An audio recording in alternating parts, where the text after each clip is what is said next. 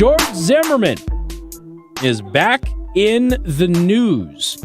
George Zimmerman, again, he killed Trayvon Martin. And I still think, by the way, that a lot of conservative radio hosts have that story wrong.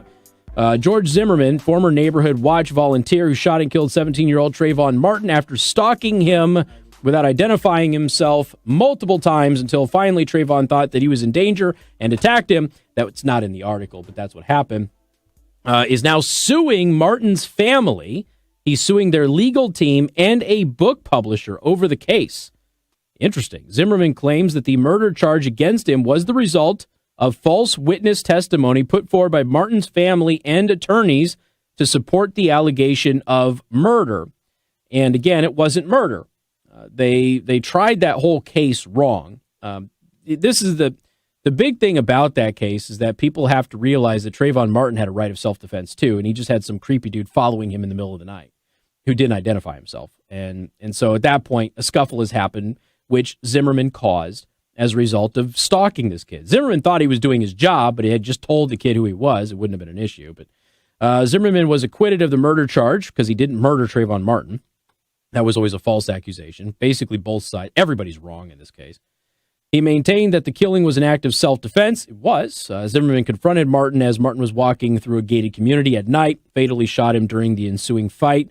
Martin had been staying nearby with his father. Now, according to Zimmerman's attorney, the case of Martin's death was closed as self-defense until a recording from someone claiming to be Martin's girlfriend, 16-year-old Diamond Eugene, was produced by Martin family attorney Benjamin Crump, and Martin was allegedly on the phone with his girlfriend right before the confrontation that led to his death. Now, during the trial, the 18-year-old named Rachel Jontel reportedly told prosecutors that she was Diamond Eugene. She said that she signed a letter to Martin's mother using that nickname after his death. Zimmerman's lawsuit alleges that Jontel was not Martin's girlfriend and that she was not on the phone with Martin before his death and that she provided false statements against Zimmerman based on coaching from others. Now, if that ends up being true, that is bad. The lawsuit also claims the real Diamond Eugene is a Miami resident named Brittany Diamond Eugene who did not testify at the trial. If this is true, he's got a real strong case. Defendant Jontel lied repeatedly about having a relationship with Trayvon, about being on the phone with Trayvon in the days and minutes up to his death, and lied about everything that she claimed to have heard over the phone in the hours and minutes prior to Trayvon's death, according to the lawsuit. The defendant also lied about her identity, falsely claiming her nickname to be Diamond Eugene.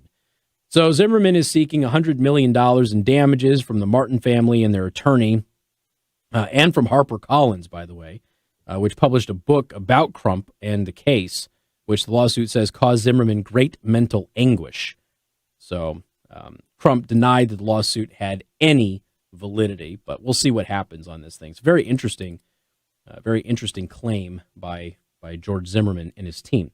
574-2595, 95.3. That is 2595953. Direct your butthurt emails to Casey at 953mnc.com, since I know so many of you are going to totally gloss over what I said about this case and pretend that I said something that I didn't, and you want to be really mad about it, and 'tis the season. So Casey at 953mnc.com. Got more coming up. Newstalk 95.3, Michiana's News Channel.